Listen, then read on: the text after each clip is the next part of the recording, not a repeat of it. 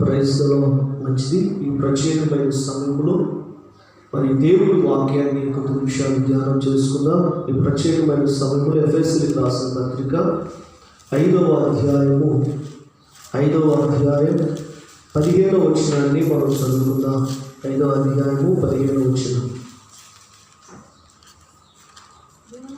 దినములు చెడ్డవి కనుక సమయమును పోనీయక సద్వినియోగం చేసుకొనొచ్చు, అజ్ఞానుల వలె కాక జ్ఞానుల వలె నడుచుకున్నట్లు జాగ్రత్తగా చూసుకోండి.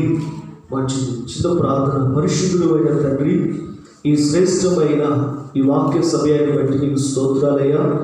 ఇప్పటి వరకు ఆరాధనంతట్లో తోడున్నావు. ప్రాముఖ్యమైన వాక్య భాగంలోకి వచ్చి ఉండగా నీ లేఖనాల నుంచి నాతో మాతో అందరితో నైనా సూటిగా తేటగా మాట్లాడి అయ్యా మమ్మల్ని అందరినీ దర్శించి దేవా నీ వాక్యం నుంచి అంత మమ్మల్ని సంధించి నీ రాకడ కొరకు సిద్ధపరచండి.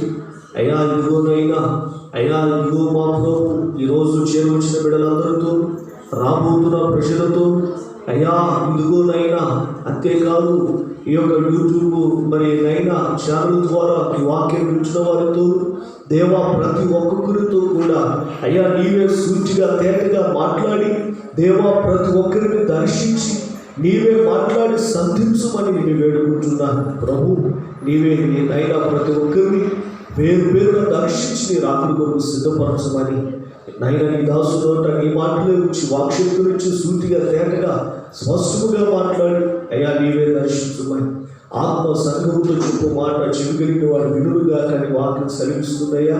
కనుక విడగల చెవులు గ్రహింపే మనసు ప్రతి ఒక్కరికి దయచేయమని యేసయ్య నామమున ప్రార్థిస్తున్నాము తండ్రి, ఆమేన్.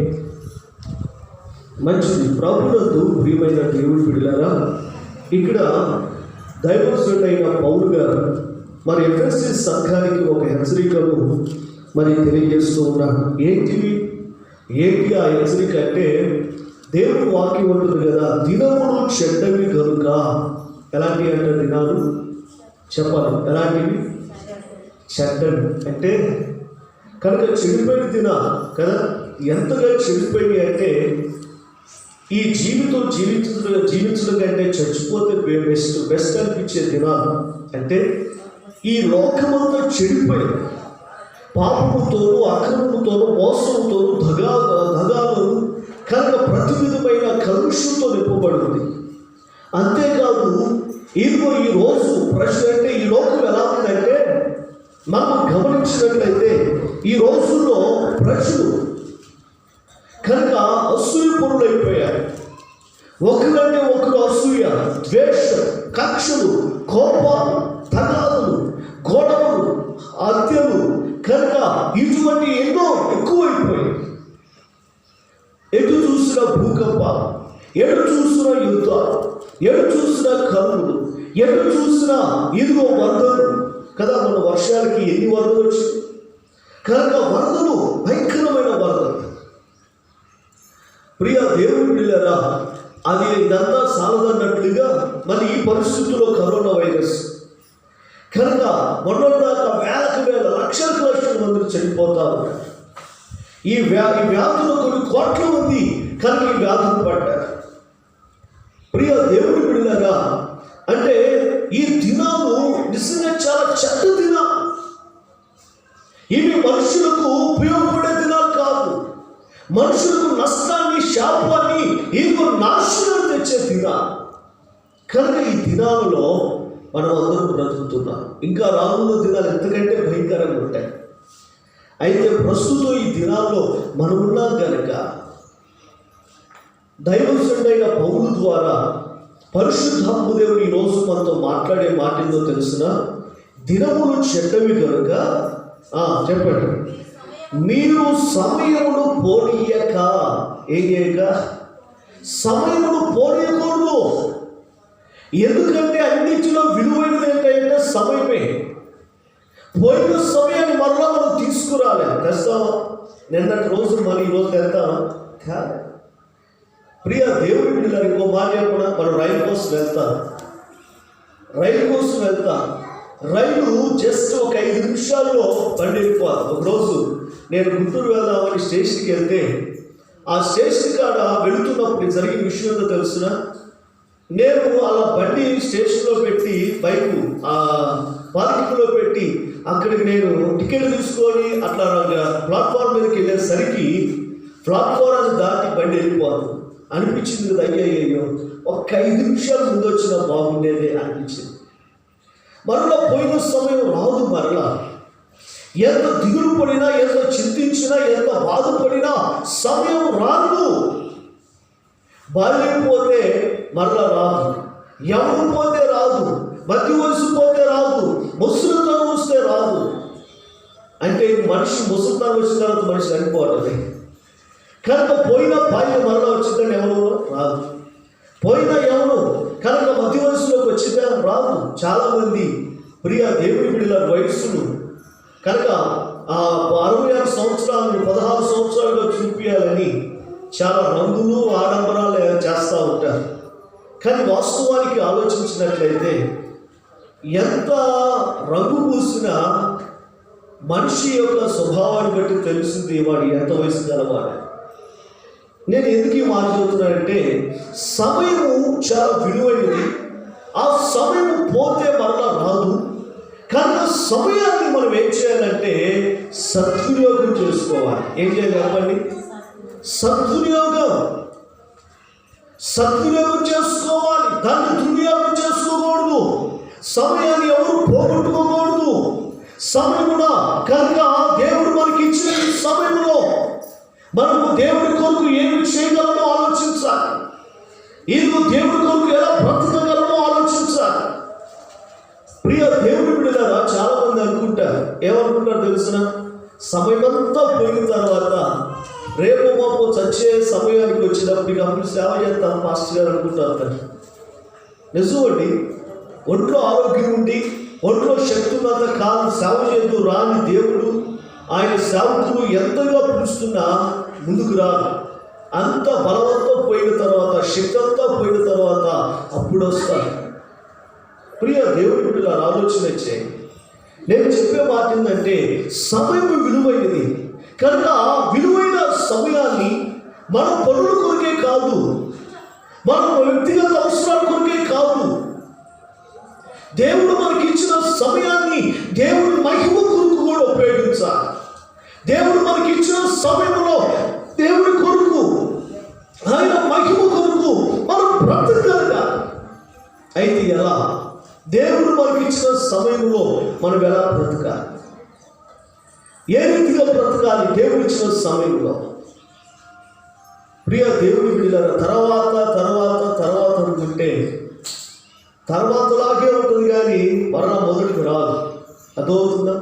కనుక ఈ సమయంలో మన జీవితంలో సమయమును పోనీయకుండా ఆ సమయాన్ని మనం ఎలా సద్వినియోగం చేసుకోవాలి అంటే ఏమేమి చేస్తూ ఆ సమయాన్ని మనము ఇదిగో సద్వినియోగపరుచుకోవాలో అంటే ఎలాగా ప్రభు కొరకు జీవిస్తూ, ఎలాగా ప్రభు మహిమ కొరకు బ్రతుకుతూ మన సమయాన్ని గడపాలో దేవుని వాక్యాన్ని బట్టి మనం ధ్యానం చేద్దాం. ఎందుకంటే ఈనాడు సినిమాలకు సమయమిస్తున్నారు చాలామంది, ముసలిలకు సమయమిస్తున్నారు చాలామంది, కనుక ఇదిగో పనులకు సమయమిస్తున్నారు, కనుక ఊళ్ళకు సమయమిస్తున్నారు, కనుక ప్రతి దానికి సమయమిస్తున్నారు. కానీ ఇవ్వవలసిన వాటికి సమయాన్ని ఇవ్వట్ల.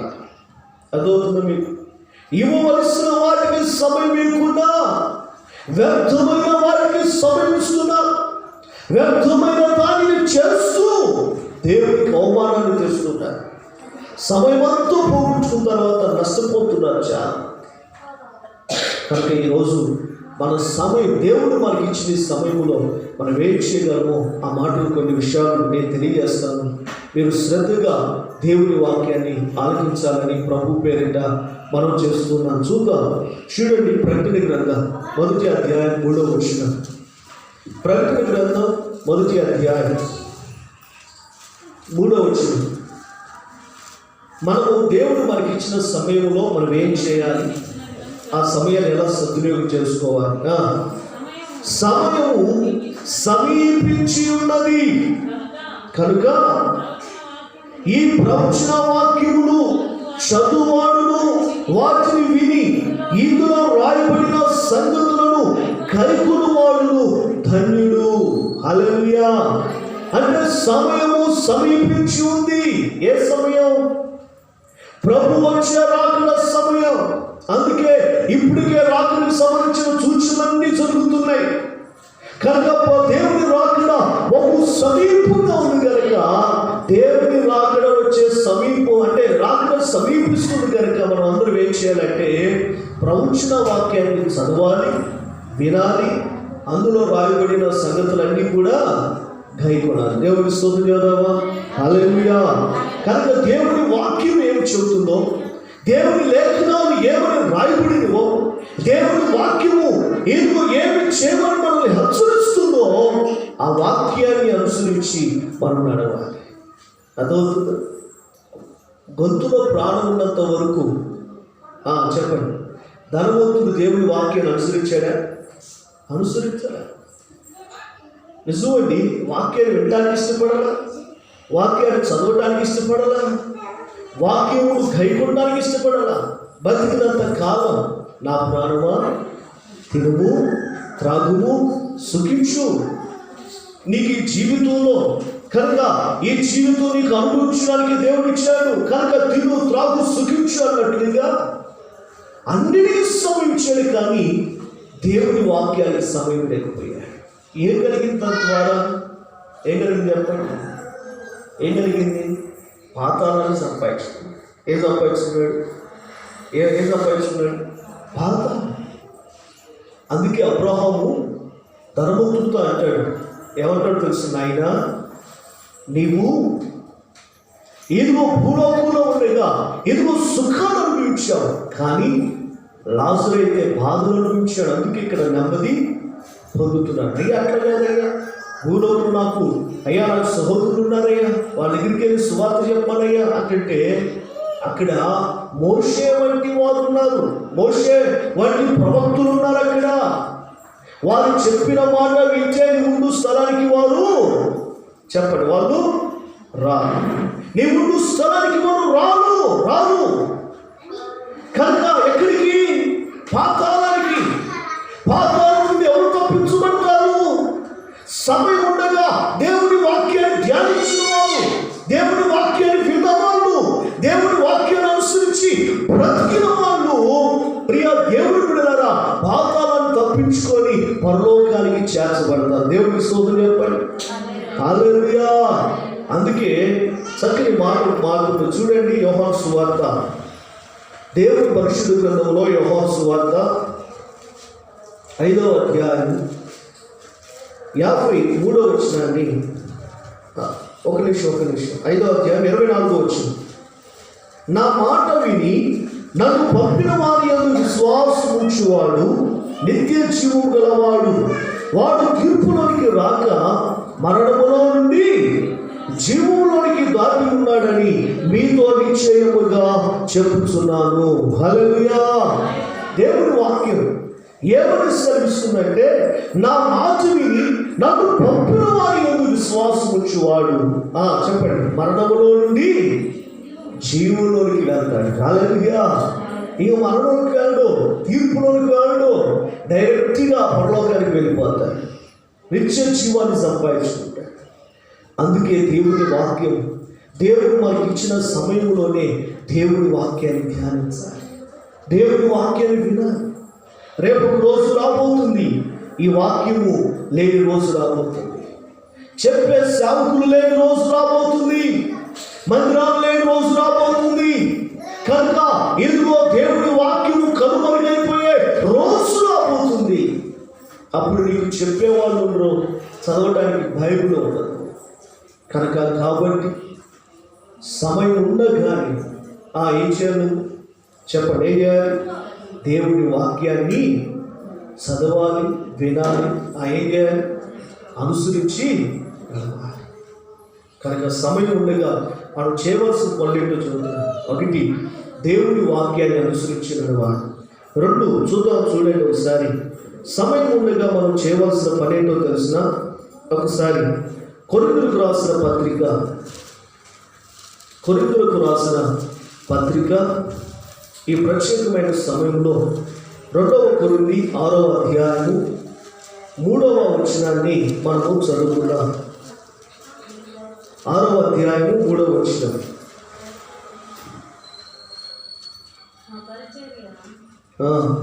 ఒకసారి రెండవ వచనం. అనుకూల సమయమందు నీ మొర ఆలకించితిని, రక్షణ దినమందు నిన్ను ఆనుకొంటిని అని ఆయన చెప్పుచున్నాడు కదా. ఇదిగో ఇప్పుడే మిక్కిలి అనుకూలమైన సమయము, ఇదిగో ఇదే రక్షణ దినము. హల్లెలూయా. దేవుని వాక్యం సెలవిస్తుంది. ఏ సమయం అంటే ఇది? కనుక ఈ సమయంలో మనం ఏం చేయాలి? రక్షణ పొందాలి. ఏం పొందాలి? రక్షణ అండి. ఏమని వాక్యం సెలవిస్తుంది? ఇదిగో ఇప్పుడే మిక్కిలి అనుకూలమైన సమయము, ఇదిగో ఇదే రక్షణ దినము. కనుక ఏ దినం అంటే రక్షణ దినం. ఇది కృపాకాలం. ప్రతి పాపి కూడా ఇదిగో తన పాపాలను ఒప్పుకొని పశ్చాత్తాపడి మారు మనసు పొందినట్లయితే ఇదిగో యేసే రక్తం వారి పైన ప్రోక్షించబడుతుంది, వారు రక్షించబడతారు. ఇది రక్షించబడే సమయం అండి. సమయం, రక్షణ పొందే సమయం. ఈ సమయాన్ని ప్రతి ఒక్కరూ సద్వినియోగం చేసుకోవాలి. అంటే ఎవరెవరు రక్షణ పొందకుండా ఉన్నారో వాళ్ళందరూ రక్షణ పొందాలి. హల్లెలూయా. ఇది అనుకూలమైన సమయం అండి, కృపాకాలం. కనుక ఇదివరకు పాపం చేస్తే పంటికి పన్ను, కంటికి కన్ను. అంటే నువ్వు పాపం చేస్తే వెంటనే శిక్ష వచ్చేది. అదవుతుందా? వెంటనే శిక్ష. కానీ ఆ పాపం వలన మనము నరకానికి పాత్రులు కాకూడదని, అందరూ అంతటా మారు మనసు పొందాలని దేవుడు దీర్ఘశాంతి గలవాడై మనకి ఈ రక్షణ సమయాన్ని ప్రభు మనకిచ్చాడు. కనుక ప్రియ దేవుని పిల్లరా, ఆల్రెడీ చాలా మంది రక్షించబడి ప్రభు యొక్క రాకడి కొరకు సిద్ధపడి ఉన్నారు. ఇంకా రక్షించబడవలసిన వాళ్ళు ఉన్నారు. ఇంకా మారు మనసు పొందకుండా, రక్షణ పొందకుండా, జీవ గ్రంథంలో పేరును సంపాదించుకోకుండా ఇంకా చాలా మంది ఉన్నారు. నేను చెబుతున్నాను, వాళ్ళందరూ కూడా యేసు నామములో రక్షణ పొందుదురుగాక. హల్లెలూయా. దేవునికి ఒకసారి 2 చేతులు ఆకాశం వైపు ఎత్తి స్తోత్రం చేద్దాం. హల్లెలూయా, హల్లెలూయా. కనుక రక్షణ సమయము కనుక ప్రతి ఒక్కరూ రక్షించబడవలసింది. అందరూ రక్షించబడి. ఒక ఆమె మందిరానికి వస్తుంది. దైవజనుడు అన్నాడు, అమ్మా మందిరానికి వస్తున్నాం, రక్షించబడి రాదు అంటే ఆమె అంటుంది కదా, పాస్టర్ గారు రక్షణ పొందడానికి ఇప్పుడే కదండి పెళ్ళై నేను మా అత్తగారింటికి వచ్చింది, సంఘానికి వచ్చింది కూడా ఇప్పుడే కదా, కొంతకాలం ఆగిడు పాస్టర్ గారు అండి. సరే ఆగాడు దైవజనుడు. మరలా కనుక ఆ సమయం కొంత దాటిపోయిన తర్వాత ఆ పిల్ల ప్రెగ్నెంట్ అయింది, పిల్లోడు పుట్టాడు. ఆ పిల్లవాడికి 6వ నెల వచ్చింది. అన్నప్రాసన చేశారు. అన్నప్రాసన ప్రార్థనకు వచ్చినప్పుడు దైవజనుడు ఉన్నాడు, అమ్మా ఇప్పటికైనా రక్షణ పొందరాదు అంటే ఏమంటుంది, పసి పిల్లోడు కదా పాస్టర్ గారు, కొంచెం ఎదిగిన తర్వాత రక్షణ పొందుతావులే అంది. అంటే ఎప్పుడని? ఆ పిల్లగాడు పెరిగి పెద్దోడయ్యి పెళ్ళైన తర్వాత అప్పుడు రక్షణ పొందుతాలే అని. సరేనని ప్రియ దేవుడి పిల్లలారా, దైవజనుడు మౌనంగా ఆ కోసం ప్రార్థన చేస్తూ ఉంటాడు. ఆ పిల్లగాడు ఎదిగాడు, యవనస్తుడయ్యాడు. తర్వాత పెళ్లి చూపులు అంటే సంబంధాలు చూస్తున్నారు. పెళ్ళయింది. పెళ్ళైన తర్వాత ఆమెను అడుగుతాడు, అమ్మా నీ కొడుకు పెళ్ళైపోయింది కదా, ఇప్పుడైనా రక్షణ పొందరాదా తల్లి అంటే ఆమంటుంది కదా, పాస్టర్ గారు రక్షణ పొందుతారు కానీ ఇప్పుడే కదా కొడుక్కి పెళ్ళయింది, వాడు కడుపున నా కొడవ కడుపున ఏదో కాయో పండు పడితే కనుక అప్పుడు రక్షణ పొందుతారండి అని. సరేనండి, ఆ రక్షణ ఆ కాయో పండు అంటే గర్భవతి అయింది, ఒక అబ్బాయి పుట్టాడు. అబ్బాయి పుట్టిన తర్వాత మళ్ళా అడుగుతున్నాడు, అమ్మా అబ్బాయి పుట్టాడు, మనవుని పుట్టాడు కదా, ఎక్కడైనా బాప్తిజం తీసుకోరాదు అంటే ఆమంటది, పాస్టర్ గారు తీసుకుంటానండి, రేపు గుడ్ ఫ్రైడేకి తీసుకుంటా. ఎప్పుడు తీసుకుంటా? రేపు గుడ్ ఫ్రైడే తీసుకుంటా పాస్టర్ గారు అంది. సరేనని చెప్పేసి ఆ గుడ్ ఫ్రైడే రోజున బాప్తిజం తీసుకున్నామని సిద్ధపడుతూ ఉంది, అనుకుంటా ఉంది. అంతలో గుడ్ ఫ్రైడే ఇక 1-2 రోజులు ఉందని కానీ కుటుంబని అనుకోని రీతిగా హార్ట్ అటాక్ వచ్చింది. గుండెలో నొప్పి అన్నారు. హాస్పిటల్ తీసుకెళ్తే అమ్మ కేవలం ప్రాణం పోయిందన్నారు. అంటే రక్షణ పొందడానికి 2 రోజులు ఉంది. ఆ 2 రోజుల్లో ప్రియ దేవుడి బిడ్డలారా ప్రాణం పోగొట్టుకుంది. అంటే ఇప్పుడు దాకా అవి ఏం చేసింది చెప్పండి? సమయమునంతా వృధా చేసింది. దేవుడు అనేక సమయం ఇచ్చాడు, అనేక సమయాలు ఇచ్చాడు, కానీ ఆ సమయమును సద్వినియోగం చేసుకోలేకపోయింది. అంటే తన జీవితంలో ప్రియ దేవుడి బిడ్డలారా దేవుడు ఇచ్చిన రక్షణను సంపాదించుకోలేకుండా తాను చనిపోయాడు. ఎంత దారుణం కదా! ఒకవేళ నీవు నేను ఒకవేళ రక్షణ పొందకపోతే ఒకవేళ మనం కూడా అలా చనిపోతామేమో. ఒకవేళ ఇప్పుడే ప్రభు రాకరిస్తే రక్షణే నీవు విడవబడతావేమో. అప్పుడు 7 ఏళ్ల శ్రమంలో ఆ తర్వాత నిత్య నరకాగ్నిలో ఎంత వేదన. రక్షించబడిన వారందరూ ప్రభుతో కూడా పరలోకానికి వెళ్ళి నిత్య ఆనందం పొందుతూ ఉంటే సమయం అంతా వృధా చేసుకొని రక్షణ కోల్పోయి నరకంలో వేదన పడుతున్నాను. నీవు ఎంత దౌర్భాగ్యురాలు అయిపోతావు చూడు. అందుకని నేడు అను సమయం ఉండగానే మనం రక్షణ పొందాలి. అందుకే దేవుడి వాక్యం కూడా ఏమంటుందంటే, ఇదిగో ఇప్పుడే మిక్కిలి అనుకూలమైన సమయం పోతే మరలా రాదు. కావ రక్షణ పొందంటే ఇప్పుడు కాదని ఎప్పుడు తిరిగి రాని లోకానికి వెళ్ళిపోయాయి. రక్షణ పొందకుండా మరణిస్తే రేపు నరకమే నాకైతే. అందుకని ఇంకా ఎవరైతే రక్షణ పొందలేదో సమయం సద్వినియోగం చేసుకోవాలి. దుర్యోగం చేసుకోవద్దు. ఏదో సమయం ఇచ్చినప్పుడు మారు మనసు పొంది రక్షణ పొందకుండా ఏదో బ్రతికినంత కాలము ఏదో నా పిల్లలు నా ఇష్టం నా జీవితం అన్నట్లు బ్రతికితే రేపు యుగాలు నరకంలో వేదన చదవాల్సి వచ్చింది. అందుకే దయచేసి రక్షణ పొందాలి. ఒక పిల్లగాడు ఎట్లాగే ఆరాధనకు వచ్చాడు, దైవజనుడు వాక్యం చేస్తే తనకి మారు మనసు పొంది బాప్తిజం తీసుకోవాలని ఆశ కలిగి ఉండి ఏం జరిగిందో తెలిసిన వినండి జాగ్రత్తగా. రక్షణ పొందాలని ఆశ కలిగి ఏం చేశాడంటే ఆలోచిస్తున్నాడు. ఏమనంటే, ఇప్పుడు ఒకవేళ ప్రభు రాకడ వస్తే మా అమ్మ మా నాన్న అందరూ ఎత్తపడతారు, అప్పుడు నా పరిస్థితి ఏంటి అని చెప్పి ఆలోచన చేసి నైట్ నిద్రపోయేటప్పుడు వాళ్ళ నాన్న దగ్గరికి వచ్చా, నాన్న ఏంట్రా బాప్తిజం తీసుకుంటా నాన్న. తీసుకుందురా రేపు ఇప్పిస్తానే అంటే, రేపు కాదు నాన్న ఇప్పుడే. ఎప్పుడు? ఇప్పుడేందిరా అని వాళ్ళ టైంకి చూస్తే అర్ధరాత్రి 12 అయింది. ఒరే అర్ధరాత్రి 12 గంటలకు బాప్తిజం పెట్టరా, తెల్లారని కనుక తెల్లారైతే ఇదిగో బాప్తిజం ఇప్పిస్తాలే అంటే, కాదు నాన్న నాకు ఇప్పుడే కావాలి రక్షణ. ఎందుకంటే ఈ క్షణం ప్రభు రాకడ వస్తే నేను విడవబడతానేమో, ఈ క్షణం ప్రభు రాకడ వస్తే నేను విడవబడతానేమో, కనుక దయచేసి నాకు రక్షణ ఇప్పించాలని ఏదో తాను మారం చేస్తుంటే తట్టుకోలేక అర్ధరాత్రి పాస్టర్ గారు తలుపు కొట్టాడు. ఎవరా తలుపు తీస్తే ఆ తండ్రి కొడుకు. ఏంటైనా ఈ టైంలో వచ్చారంటే, పాస్టర్ గారు నా కొడుకు రక్షణ పొందాలంటున్నాడు పాస్టర్ గారు. అంటే ఇద్దామయ్యా, అంతకంటే దాన్ని ఏం కావాలి, కనుక నేను తెల్లారిద్దామంటే కాదంటే ఇప్పుడే కావాలంట రక్షణ. మీరేం చెప్పండి బాప్తిజం ఇప్పుడే, ఆ బాప్తిజం కావాలంటే అడిగానంటే పాస్టర్ గారు ఎవరైనా అయినా అసలుకే చలి కాదు, మనిషి గట్లుగా అంటే ఆ నరాలన్నీ గట్లదంటే భయంకరమైన చలి, ఇటువంటి చలిలో ఇప్పుడు బాప్తిజం పెట్టరా అంటే, కాదు పాస్టర్ గారు నేను రక్షణ పొందకపోతే ఈ క్షణం ప్రభు రాకడ వస్తే నా జీవితం చెప్పు, నేనేమైపోతాను చెప్పు. ప్రభు రాకడలో మీరు అందరూ ఎత్తుపడతారు, అప్పుడు నేను విడిచిపెట్టబడతాను, అప్పుడు నేను నరకానికేగా. దయచేసి పాస్టర్ గారు నాకు ఇప్పుడే కావాలని అంటే, కాదురా నేను రేపు పొద్దునిస్తానురా అంటే, కాదు ఇప్పుడే అని బలవంతంగా ఆ రాత్రే 1 గంట సమయంలో బాప్తిజాన్ని పొంది ప్రభు బిడ్డగా మార్చబడ్డాడు. దేవుడికి స్తోత్రం, హల్లెలూయా. నీవు రక్షణ పొందాలి, ఇదే అనుకూలమైన సమయం. ఒకవేళ ఈ సమయం పోతే మరలా నీకు రాదేమో.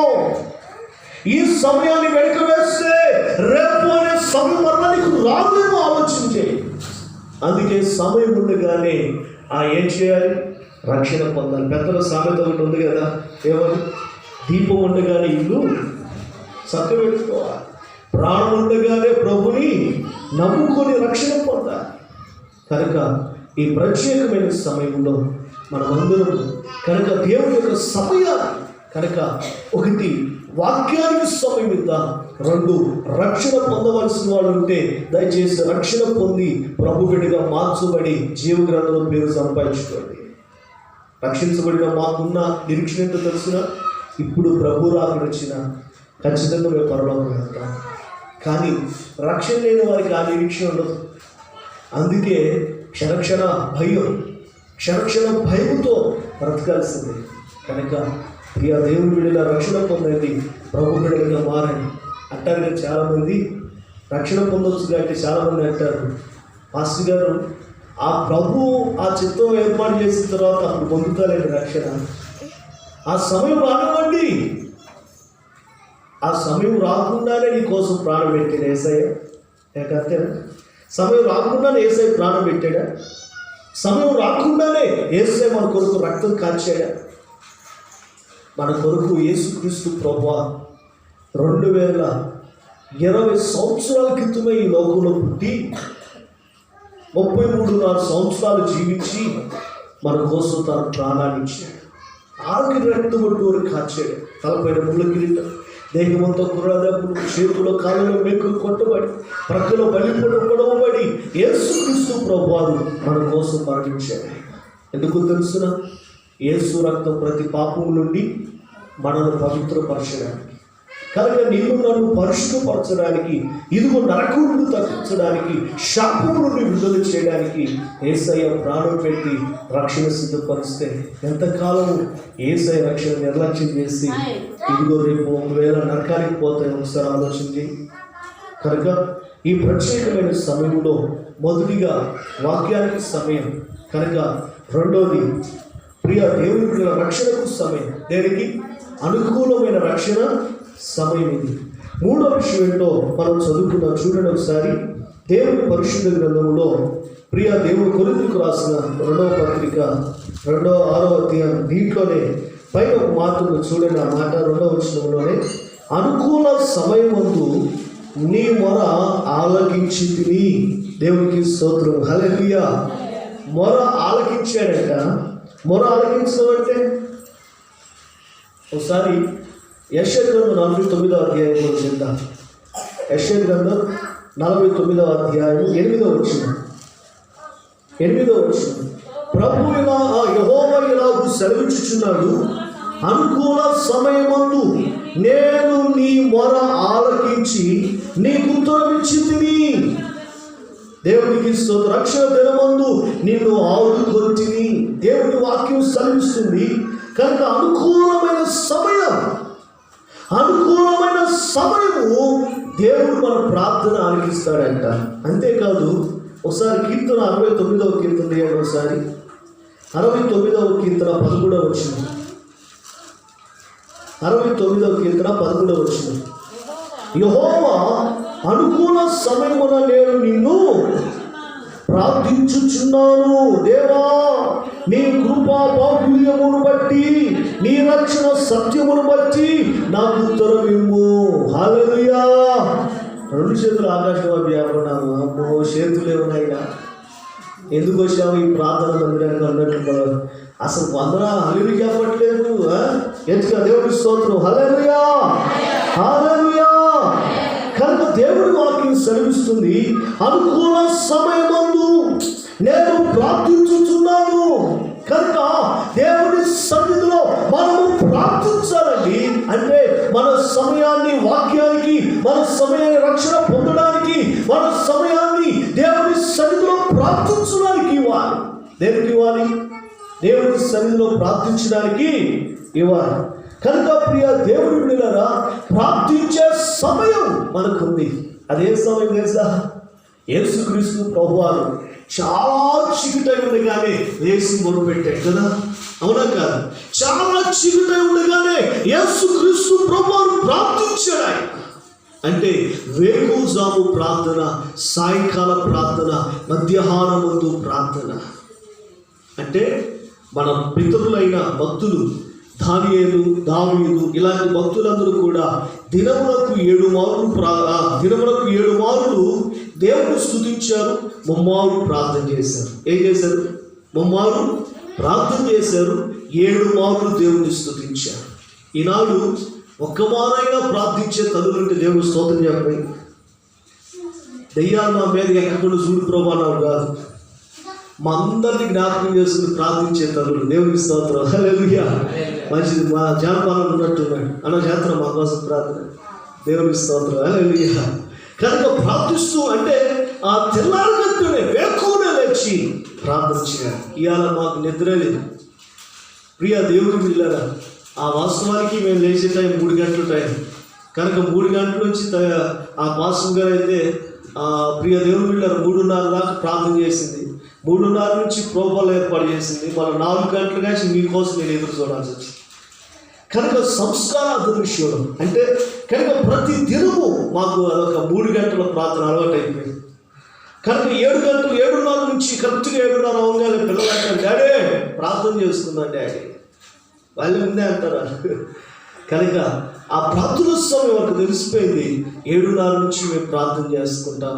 నేను ఒకవేళ పాస్టర్ గారు మాట్లాడుకుంటే ఆ పనిలో ఉన్నా, ఒకవేళ నేను ఆ ప్రియ దేవుని పిల్లలు ఏదైనా పనిలో ఉన్నా, ఆ పిల్లలు మాత్రం డాడీ 7:30 అవుతుంది ప్రార్థన చేస్తున్నా ఉంటారు. ఈరోజు మరి మీ ప్రార్థన సమయం ఏంటి చెప్పండి? మీరు ఉదయం సాయంకాలం దేవుడికి అనుకూలమైన సమయంలో ప్రార్థన చేస్తున్నారా? ప్రార్థన చేసే సమయాన్ని సీరియల్కి ఇస్తారు కదా, ప్రార్థన చేసుకునే సమయాన్ని ఏదో సీరియల్కి ఇస్తూ ఉన్నారు. చాలా సీరియల్కి, వంటలకి, వాటికి వీటికి. మా చిన్నతనంలో విజయవాడలో మా తాత అమ్మమ్మలు ఉండేవారు. రేడియోలో వాక్యం కరెక్ట్గా 7 గంటలకు వచ్చింది. 7ంటికి వాక్యం వస్తే మా అమ్మమ్మ తాతయ్య వాళ్ళు రేడియో ఆన్ చేసి అలా పెట్టడంగానే మా మేనమామలు, మా చిన్నమ్మలు, మా అత్తలు అందరూ కూడా పిల్లలతో సహా అందరూ కూర్చున్నారు. ఆ రేడియోలో వాక్యం అయిపోయేదాకా ఎవరు అక్కడి నుంచి లేవటానికి లేదు. వీళ్ళ తర్వాత ప్రియ దేవుని బిడ్డలారా మరలా మా అమ్మమ్మ చిన్న ప్రార్థన చేసింది, మా తాత చిన్న ప్రార్థన చేసి పిలుస్తారు. అప్పుడు అక్కడి నుంచి లేచి అప్పుడు ఇంట్లోకి వెళ్ళి అన్నం తింటారు. అదొక క్రమం, అది మంచి క్రమం అని. ప్రియ దేవుని బిడ్డలారా అప్పుడప్పుడు చుట్టూ సూపుగా వెళితే ఆ చుట్టూ సూపుగా మా అమ్మమ్మ వాళ్ళ ఇంటికి వెళ్ళినప్పుడు మా తాత వాళ్ళు అలా చేసేవారు. ప్రియ దేవుని బిడ్డలారా కనుక మన యొక్క అనుభవం అటువంటి ప్రార్థనా సమయం పెట్టుకోవాలి. అప్పుడప్పుడు నేను సుధాకర్ని ఫోన్ చేసినప్పుడు అన్న ఇప్పుడే ప్రార్థన చేసుకున్నాను అయిపోతున్నాను. కనుక జానపాలను కూడా ప్రార్థన స్టార్ట్ చేశానంటే అక్కడ కంటిన్యూ అవుతుందా? మాట్లాడాను నిజం చెప్పు ఆపాలి కంటిన్యూ చేయండి అన్న, కంటిన్యూ చేయండి. అందరూ చేయాలి కంటిన్యూ. వేకువన లేచి ప్రార్థించాను, సాయంకాలం పూట కుటుంబంగా కూడి ప్రార్థించాను, చాలా గొప్పది. కనుక ప్రార్థనలో నేను రాత్రి చెప్పాను, ప్రార్థన వల్ల ఎన్ని ప్రయోజనాలు, మన అవసరాలు దేవుడికి చెప్పుకోవచ్చు. ఒకటి. రెండోది, మన శ్రమ సమస్యలు ఏమైనా కూడా తీర్చగలిగిన వాడు దేవుడే కనుక ఆ దేవుడికి అప్పగించుకుంటే ఆ శ్రమలన్నీ ప్రోపే తీసేస్తాడు. మూడోది, రాబోయే ఉగ్రత నుండి మనం తప్పించబడాలంటే ఖచ్చితంగా ప్రార్థన చేయాలి. ఏది లూకా సువార్త 21:36 ప్రకారంగా రాబోయే వాటెల్లను తప్పించుకొని మనిషి కుమారుడు ఎదుట శక్తి గలవారు అగినట్లు నిలబడటానికి ఎల్లప్పుడూ ప్రార్థన చేయాలి. కనుక అమ్మా చెల్లెళ్ళు కనుక అందరూ ప్రార్థన చేయండి మా కోసం. అర్థమవుతుందా? అక్కడ ప్రార్థన చేయండి అందరూ. కనుక మన సంఘం కోసం చేయండి, సహవాసం కోసం చేయండి, దేశ క్షేమం కోసం చేయండి, నాయకులు అధికారులు కనుక అధికారుల కోసం చేయండి, సార్వత్రిక సంఘాల నుంచి ప్రార్థన చేయండి. అంతేకాదు సేవకులు అందరి కోసం ప్రార్థన చేయండి. అయ్యా ప్రపంచంలో ఉన్న మా సేవకులందరూ దీవించు, ప్రపంచంలో ఉన్న సంఘాలన్నింటిని దీవించు. అయ్యా ఇదిగో నా తండ్రి, అయ్యా మా ఆత్మీయ దైవజనులయ్యా మా పాస్టర్ గారు బిడ్డలు, అయ్యా మాకు ఇచ్చిన నడుకుడి అమ్మాపురం, గురుజాల, హైదరాబాద్ ఈ పరిచయను దీవించు. దేవా, మా తోటి విశ్వాసాలను ఆశీర్వదించు, మా మినిస్ట్రీ సరిహద్దులు విశాలపరచు. అయ్యా, ఇదిగో మా ఆత్మీయ దైవజనుడు అరుణ్ కుమార్ పాస్టర్ గారి కుటుంబాన్ని దీవించు. అదే రీతిగా సహవాసములో మాకు 8 మంది సేవకులు ఉన్నారయ్యా, సేవకులందరినీ దీవించయ్యా, స్వార్థకులందరినీ దీవించయ్యా అని ప్రార్థన చేయాలి. మాకు ఇచ్చిన సహవాసములో 36 సంఘాలు ఉన్నాయి ప్రభువా, 36 సంఘాలను దీవించునైనా అంటూ ప్రార్థన చేయాలి. అంతేకాదు, ఎవరు అనారోగ్యంగా ఉన్నారు మన సంఘంలో వారిని జ్ఞాపకం చేసుకుని వారి కోసం ప్రార్థన చేయాలి.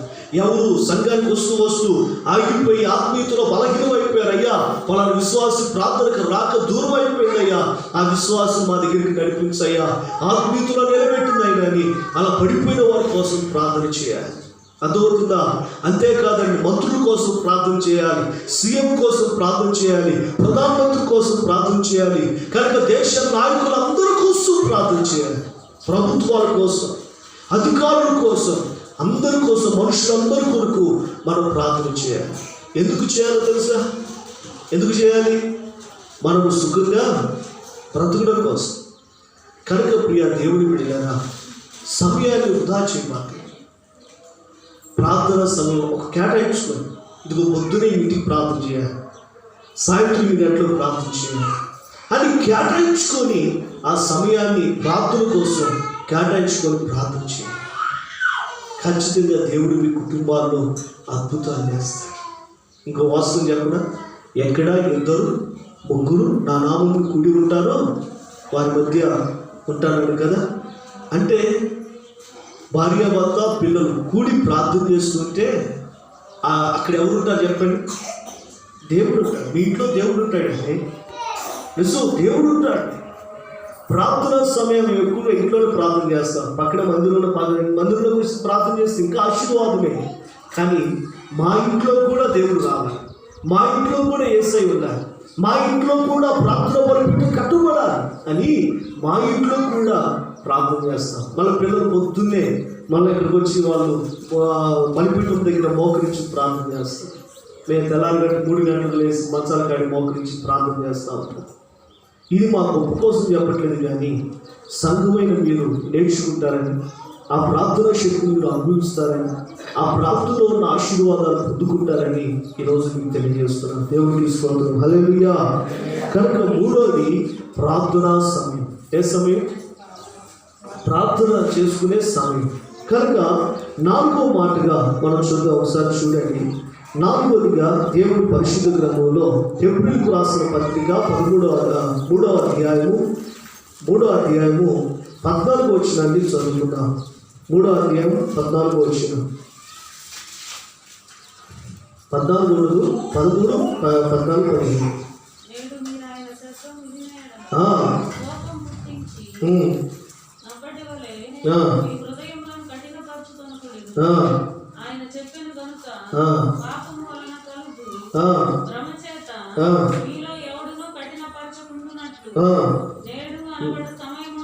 నేడు అను సమయం ఉండగానే, వినండి, నేడు అను సమయం ఉండగానే ప్రతి దినము, అంటే ప్రతి సమయము ఒకరితో ఒకడు బుద్ధి చెప్పుకొనుడి. దేవునికి స్తోత్రం చేద్దాం, హల్లెలూయా. ఏం చెప్పుకోవాలంట? చెప్పాలి. ఏం చెప్పుకోవాలి? బుద్ధి చెప్పుకోవాలి. ఎందుకంటే అప్పుడప్పుడు మనుషులమైనా పశువులాగా మన బుద్ధి గడ్డి తింటా ఉంటుంది. ఏం తింటుంది? చెప్పండి, ఏం తింటుంది? మనుషులు అయినా మన బుద్ధి అప్పుడప్పుడు గడ్డి తింటా ఉంటుంది. అందుకని మన పక్కన వారు మనల్ని ఏం చేయాలంటే, రే అలా చేయటం తప్పు అని హెచ్చరించాలి. అర్థమవుతుందా? వాడు చెబుతున్నాడు. ప్రియ దేవుని బిడ్డలారా, మన పొరుగువారు, మన తోటి విశ్వాసి దేవుడికి వ్యతిరేకమైన కార్యం ఏమి చేస్తుంటే, దేవుడికి అసహ్యమైన కార్యం జరిగిస్తుంటే వెంటనే మనం హెచ్చరించాలి. ఏం చేయాలి? బుద్ధి చెప్పాలి. అర్థమైందా? ఒకవేళ ఈ మాట వెళ్ళేదనుకో, సేవకు మాట చెప్పాలి. మా మాట కూడా వెళ్ళేదనుకోండి, ఇంకా ఆయనకి చెప్పుకోవాలి. మనం ఎవరు చెప్పుకోవాలి? ప్రభు నువ్వే చూసుకోవాలి. ఎందుకంటే చాలామంది, కొంతమంది యవనస్తులు కానీ కొంతమంది మన విశ్వాసులు కొంత అతిక్రమాన్ని చేసి దూరం అయిపోయారు. అయితే వాళ్ళు పర్సనల్గా టచ్ చేసి వాళ్ళని హెచ్చరించారు. మాట ఇలా వాక్యం ద్వారా హెచ్చరించి వాళ్ళని హెచ్చరించారు, మాట వినలేదు. నీకు ఏం చేస్తావు తెలుసిన, ప్రభా నీవు ఎలా నడిపించుకుంటావో నీ ఇష్టం ప్రభా, ఖచ్చితంగా సన్నిధికి రావాల్సి అని దేవుడి చేతికి అప్పగించి. కనుక మన జీవితంలో బుద్ధి చెప్పాలి. ఎందుకంటే యోసేపు పవిత్రుడిగా జీవించాడు. అన్నలు తప్పు చేస్తుంటే అన్నలని ఖండించే అధికారం లేదు కనుక తండ్రికి వచ్చి చెబుతున్నాడు, నాన్న అన్నలే తప్పులు ఇలా చేస్తున్నారు అని చెబుతుంటే వాళ్ళ నాన్న వాళ్ళు పిలిచి వాళ్ళు ఖండించారు. కనుక మన పిల్లలే తప్పు చేస్తున్నారు అనుకోని ఖండించాలి. లేదు బయట వాళ్ళు ఏమైనా తప్పు చేస్తున్నప్పుడు ఎందుకు వాళ్ళ తల్లిదండ్రులకు చెప్పాలి, ఇదిగో మీ పిల్లల చెడిపోతున్నారు జాగ్రత్త పెట్టుకోండి అని ఖండించాలి, బుద్ధి చెప్పాలి. అలా బుద్ధి చెప్పి ఒకరికొకరు హెచ్చరించుకోవాలి. ఏం చేయాలి చెప్పాలి, ఏం చేయాలి? ఒకరికొకరు హెచ్చరించుకోవాలి. హెచ్చరించుకొని పురుగు కలుపుకొని ఒకరికొకరు ప్రోత్సహించుకోవాలి. ప్రార్థన మానేసావు అక్క, ఈరోజు ప్రార్థన చేసావా? చేయలేదు పాస్టర్ గారు, చేయలేదా? చేయలేకపోతే ఇదిగో ఇక్కడి నుంచి చేయి ప్రార్థన, ఇక్కడి నుంచి చేయి. అట్లా మానవాకు మన ఆత్మీయత దిగజారిపోతుంది అని ప్రియ దేవుడి వీళ్ళు ఇలా చెప్పాలి, చెప్పాలి. ఎందుకంటే ఒకడు పడిపోతున్నాడని విశ్వాసి, ఒక పడిపోతున్న సంగతి తోటి విశ్వాసికి తెలుస్తుంది కదా. ఒకడు ఆత్మీయత ఎలాంటిదో, ఒకడు పరిశుద్ధత ఎలాంటిదో, ఒకడు భక్తి జీవితం ఎలాంటిదో కనుక తోటి విశ్వాసగా తెలుస్తుంది. ఆ తోటి విశ్వాసి ఆ వ్యక్తిని ఖండించాలి. తోటి విశ్వాసే ఆ వ్యక్తిని బుద్ధి చెప్పాలి, సరైన మార్గంలో నిలపాలి. అది ఎప్పుడో తెలుస్తున్నా, అప్పుడప్పుడు కాదు, ఇప్పుడు చేయాలి. అర్థమవుతుందా అమ్మ? అర్థమవుతుందా? దేవుడు సోదరు చెప్పండి, హల్లెలూయా. ఎప్పుడు బుద్ధి చెప్పాలి, ఎప్పుడు బుద్ధి చెప్పాలి. కనుక ఆలోచించండి. ఎందుకంటే ఒకవేళ నేనేమన్నా పొరపాటు చేసిన, అంటే పొరపాటు అంటే వాక్యానికి వ్యతిరేకంగా బోధించిన, పాస్టర్ గారు ఇది వాక్యానుసారం కాదండి నన్ను హెచ్చరించండి. అర్థమవుతుందా? ఇప్పుడు మీలో ఎవరైనా పొరపాటు చేసినప్పుడు, లేదా మీరు పిల్లలు తప్పు చేస్తున్నప్పుడు, లేదా మీరు ప్రార్థన మానేసి ఎటుపెట్టుకో సమయాన్ని కేటాయించినప్పుడు నేను ఖండించే అధికారం నాకు ఉంది. నేను ఖండిస్తాను. అర్థమవుతుందా? ఖండిస్తాను, ఖండించే హక్కు నాకు ఖండిస్తాను. అలా ఖండించడం ద్వారా మా దైవజనుడికి నేను ఎంతో ప్రేమ అనుకోవాలి. కానీ ఈ పాస్టర్ గారి కళ్ళని మా మీదే ఉంటాయి. ఈ పాస్టర్ గారికి ఇంకెవరు దొరకరేమో, లేకపోతే ఈ విశ్వాసకి ఎవరు దొరకరు, నా కూతురే నా కొడుకే, లేకపోతే నేనే కనపడతాను, ఆయనకి నేనే కనపడతాను, ఇంకెవరు దొరకరేమో ఆయనకి అన్నట్లుగా మాట్లాడకూడదు మనం ఎప్పుడు. అర్థమైందా అమ్మా? ఒక విషయం గుర్తుపెట్టుకోండి, మనల్ని హెచ్చరించేవాళ్ళు, మనకు బుద్ధి చెప్పేవాళ్ళు ఉన్నంత కాలం మన జీవితాలు ఆత్మీయంగా ఎదుగుతూనే ఉంటాయి. దేవుడికి స్తోత్రం, హల్లెలూయా. ఎవరైనా మనల్ని హెచ్చరించినప్పుడు ఆ హెచ్చరికకు లోబడి సరి చేసుకోవటం మంచి లక్షణం అండి. అర్థమైంది? వాడు చిన్నోడు నాకు చెప్పటమేంది, మొన్నగాక మనం రక్షించబడినోడు నన్ను హెచ్చరించడం ఏందని ఎప్పుడు అనుకోకూడదు. మనము తప్పిపోతున్నప్పుడు మనల్ని హెచ్చరించే అధికారం దేవుడు అందరికీ ఇచ్చాడు. అలాంటి వాళ్ళు ఉండటం మనకు మంచిది. కనుక దయచేసి హెచ్చరించినప్పుడు లోబడండి, ఖండించినప్పుడు లోబడండి. ప్రియ దేవుడి బిడ్డలారా, నిజం లోబడాల్సిందే.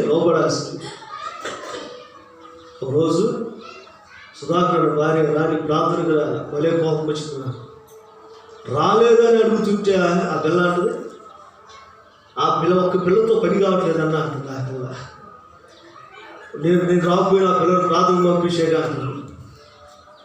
ప్రియ దేవుడి బిడ్డ చాలా కోపం వచ్చి అరిసరి, బాగా అరిసరి, ఎందుకు రావు ప్రార్థనకి అని చాలా ఖండించాను. కానీ ఇదే ఎదుతో తలకాయ ఉంచుకొని అట్లాగే వెళ్ళింది. ఇంటికి వెళ్ళిన తర్వాత అన్నకి ఏమైనా ఊరేసిద్దాము, నా మీద కారాలు మీరా నోచాడేమో అనుకున్నా అన్న. తర్వాత ఫోన్ చేసి అన్నకి అన్న ఇట్లా అమ్మాయి మీద అరిశానన్న, ప్రార్థనకు రాని, చాలా బాధ వేసింది, అట్లా రాకపోతే ఎట్లా కోపం వచ్చిందంటే, తప్పే ఉందన్న, నువ్వు హెచ్చరించాలి, మేము లోపడాలి, నువ్వు సరిచేస్తేనే కదా మేము దేవుళ్ళు ఎదగాలి, అలా ఖండించడం తప్పే లేదన్న అని చెప్పేసి అనేటప్పుడు నాకు చాలా సంతోషం వేసింది. కనుక దైవజనుడు హెచ్చరించినప్పుడు, ఖండించినప్పుడు లోబడితే వారు చక్కగా ఆత్మీయంగా ఎదుగుతారు. అందుకే 2 వారాల నుంచి అమ్మాయి కనపడుతుంది, జాతి కనపడేది కాదు. దేవుడికి స్తోత్రం. హల్లెలూయా. కనుక నేను చెబుతున్నాను, ముక్కుసూటిగానే మాట్లాడుతున్నాను. కనుక ఏదేమైనా ఎవరినైనా ఖండిస్తాను, అలాంటి వాళ్ళని ఖండిస్తాను. ఒకవేళ నాలో ఎవరు పొరపంటే నన్ను ఖండించండి, కనుక వాక్యానికి వ్యతిరేకంగా ఉంటే. అంతేకాదు ప్రియ దేవుడు ఒకరికొకరు హెచ్చరించుకుంటూ, ఒకరికొకరు బుద్ధి చెప్పుకుంటూ, ఒకరికొకరు పురుకొలుపుకుంటూ ప్రభువులో నమ్మకంగా, యథార్థంగా, పరిశుద్ధంగా ప్రభు కోసం బ్రతకగలిగిన జీవితం అనుకున్నారు. హల్లెలూయా, హల్లెలూయా. అది అంతా చూడండి, పెద్దవాళ్ళు చెప్పేవాళ్ళు లేకపోతే చెడిపోతారంటారు కదా, అర్థమవుతుందా? చెప్పేవాళ్ళు, హెచ్చరించేవాళ్ళు లేకపోతే చెడిపోతారు. నేనైనా మీరైనా. అందుకే నాకు చెప్పండి, ఇలా చేద్దాం పాస్టర్, ఇలా చేద్దాం, నేను మీకు చెబుతాను. నేను అధికారంతో చెప్పను, ఒక సేవకుడిగా మీ మంచి కోరి హెచ్చరిస్తాను. కనుక అప్పుడు మీరు సరి చేసుకొని, నేను సరి చేసుకుంటాను. అందరం కూడా వాక్యానుసారంగా ఆత్మీయులు ఎదుగుదాం, పరలోకంలో కలుసుకుందాం. హల్లెలూయా. అంతేగాని నువ్వెవరు చెప్పడానికి, నేనెవరు చెప్పడానికి అనుకున్నాను. అర్థమవుతుందా? కనుక సమయం అండి, సమయం కొద్దిగా ఉందనయా, ప్రభు రాబోతుంది. కనుక మనందరూ సిద్ధపడదాం అని ఒకరొకరు హెచ్చరించుకుందాం, బుద్ధి చెప్పుకుందాం, ప్రభు యొక్క రాకడ కొరకు సిద్ధపడదాం. అర్థమవుతుందా? కనుక సమయం చాలా విలువైనది, సమయం చాలా ప్రాముఖ్యమైనది. కనుక దాన్ని ఏం చేయకూడదు చెప్పండి, దుర్వినియోగం చేసుకోకుండా సద్వినియోగం చేసుకొని సమయాన్ని చాలా జాగ్రత్తగా కాపాడుకోండి. బైబిల్లో చాలామంది ప్రియ దేవుడు గెహాజీ మనం వెలుగుతాం. దేవుడి సన్నిధిలో ఉండవలసిన గెహాజీ ధనం కోసం పరిగెత్తి కుష్టివ్యాధి సంపాదించుకున్నాడు. ఏం సంపాదించుకున్నాడు? కుష్టివ్యాధి. కనుక బైబిల్ అంటుంది ప్రతిదానికి సమయం, కష్టపడే సమయం ఉంది, కష్టం చేసుకోవాలి. అదే రీతిగా ప్రభు కోసం వాడబడే సమయం ఉంటుంది, వాడబడే. ప్రభు కోసం జీవించే సమయం ఉంది, జీవించి ఏ సమయంలో అదే చేయాలి. కానీ ప్రియ దేవుడి బిడ్డలారా, కుడి చేయి చేసే పని టైంలో ఎడం చేయి చేయకూడదు. అది పిల్లలు చేస్తారు. మీకు అర్థమైందో లేదు? కనుక అర్థమవుతుంది. కనుక కుడి చేయి చేసేటప్పుడు, కుడి చేయి పని చేసేటప్పుడు ఎడం చేయి పని చేయకూడదు. కనుక అట్లాగే ఏ పని ఏం చేయాలో అదే చేయాలి. కానీ ప్రియ దేవుడి బిడ్డలు నా జీవితం ఉన్నట్లుగా చేయకూడదు. కనుక ప్రతిదానికి సమయం ఉంది. ఆ సమయంలో ప్రభు కోసం వాడబడదాం, ప్రభు నామమును మహిమపడదాం. ఇంకొక మాట ఉంది, అదేంటో తెలుసునా? సమయమందు ఆ సమయమందు ప్రయాసపడాలి. ఏమిటి విషయంలో తెలుసునా? సువార్త విషయంలో. హల్లెలూయా. సువార్త ప్రకటించే విషయంలో ప్రతి ఒక్కరూ కూడా మనము సిద్ధపడాలి. ఎందుకంటే ప్రభు రాకడ సమీపిస్తుంది, అందరూ రక్షించబడాలి. మరి ఎవరు రక్షిస్తారండి? నేను వచ్చి నడుపుల్లో ఇంతమందిని తీసుకొచ్చాను, మరి మీ ద్వారా కొన్ని ఆత్మలు రక్షించబడాలి, అవుతారు. అవునా కదా? గతంలో 2005 సంవత్సరం లేని కూడా ఇలాంటి ఎవరు వస్తుంది? 2005 సంవత్సరం ఇలాంటి ఎవరు వస్తుంది? 2010 సంవత్సరం ప్రియ దేవుడి బిడ్డలారా, 10 సంవత్సరం వచ్చేటప్పటికి మీలాంటి విశ్వాసం. తర్వాత 2018 సంవత్సరానికి వచ్చేటప్పటికి పరిచారకులు అయ్యారు. ఆ తర్వాత 2019-20 సంవత్సరానికి వచ్చేటప్పటికి సేవకులు అయ్యారు. అంటే నేను చెప్పే మాట ఏంటంటే సమయం. కనుక ప్రతి సమయం కూడా, అంటే మీలాగా నేను ఒకరోజు విశ్వాసమే, కానీ సువార్త ప్రకటిస్తూ ఈరోజు సేవకులయ్యే మీరు కూడా ఉట్టి విశ్వాసం ఉండకూడదు. రేపు మీరు కూడా సేవకులాగా దేవుడికి స్తోత్రం. హల్లెలూయా. నిజమండి, మన ప్రాంతంలో మన దగ్గర ఉండి వెళ్ళిన గోపాల్ జ్యోతక్ కనుక మన దగ్గర సువార్థకుడిగా దేవుడి పని నేర్చుకున్నాడు. అక్కడికి వెళ్ళి కరాలపాల్లో సేవ చేస్తూ ఇప్పుడు వారు కూడా సంపూర్ణంగా సేవ చేయాలని ఒక దృక్పథం కలిగి ఉన్నాడు. కనుక రేపో మాపో వాళ్ళు కూడా ప్రాంతానికి వెళ్ళి సేవ చేస్తారు. అలాగే సేవ చేసే కుటుంబాలు మీలోంచి కూడా రావాలి. సేవ చేసే సమర్పణ కలిగిన జీవితం అది. తెలుసా మీకు? అన్ని ఉద్యోగాల్లో కన్నా ఘనమైన ఉద్యోగం ఏదో తెలుసునా? సేవ చేయటం. సీఎం అయినా ప్రధానమంత్రి అయినా ఎవరైనా సరే ప్రజలకు దాసోహమే. కానీ ఒక మాట చెప్పకుండా ఎవరి ఎదుట తల వంచని వాడు ఎవరంటే సేవకుడే. ఎందుకంటే సేవకుడిని ఎన్నిక చేసుకున్నవాడు దేవుడు. హల్లెలూయా. నాయకులు ఎన్నిక చేసుకున్నవాడు ప్రజలైతే ప్రజలు ఎందుకు చేసుకున్న వాళ్ళు నాయకులైతే, సేవకుని ఎందుకు చేసుకున్నవాడు దేవుడు. హల్లెలూయా. కనుక దేవుడు సేవకులు ఎందుకు చేసుకున్నాడు, ఏర్పాటు చేసుకున్నాడు కనుక సేవకులుగా అభిషేకించాడు. నేను చెబుతున్నాను, మనుషుల కింద చేసేవాళ్ళు గొప్ప, దేవుడి కింద చేసేవాళ్ళు గొప్ప. దేవుడి కింద చేసేవాళ్ళే గొప్ప, అవునా కాదు? ఇప్పుడు ప్రధానమంత్రి వచ్చినా, సీఎం వచ్చినా, ఇప్పుడు నేను ఆయన మీద చేయబెడతానా, ఆయన నా మీద చేయబెడతాడా? చెప్పండి. నేను ఆయన మీద చేయబెడతాను. ఎందుకంటే వాళ్ళు వచ్చేది ఆశీర్వాదం కోసం కదా. కనుక ఆశీర్వాదం కోసం వచ్చినప్పుడు నేను వాళ్ళ మీద చేయని ప్రార్థన చేస్తాను. అంటే ఉదాహరణకి చెబుతున్నాను, అంత గొప్పలు మన కాడికి రాలే, గొప్ప గొప్ప సేవకుల దగ్గరికి వెళ్తారు. ఏదేమైనా చెబుతున్నాను. కనుక ఏదైనా ఒక సేవకుడు ఉన్నతమైన స్థితి, మనం సేవ చేయాలి, మన పిల్లలు సేవ చేయాలి, మన సంఘంలో ప్రతి ఒక్కరూ కూడా ఏదో ఒక రకంగా దేవుడి సువార్త చెప్పి గొప్ప సేవ చేయాలి. హల్లెలూయా. కనుక మనమందరం ప్రియ దేవుని బిడ్డలారా, ఒట్టొట్టి విశ్వాసులుగా మీరు ఉండటానికి వీలేదు. మన సంఘములో అనేక కుటుంబాలు సేవకై సిద్ధపడునుగాక. సేవ కొరకు సమర్పణ కలిగి లేచి ప్రభు పని కొరకు వారు సాగిపోదురుగాక. హల్లెలూయా. కనుక ఈరోజు సమయము చాలా విలువైనది కనుక ఈ 5 విషయాలు ప్రభు దగ్గర, అయ్యా నీ సమయాన్ని నీకు ఇస్తాను ప్రభు అని దేవుని దగ్గర ప్రార్థన చేసుకుంటూ దేవుని అడుగుదాం. మోకరించండి కూడా.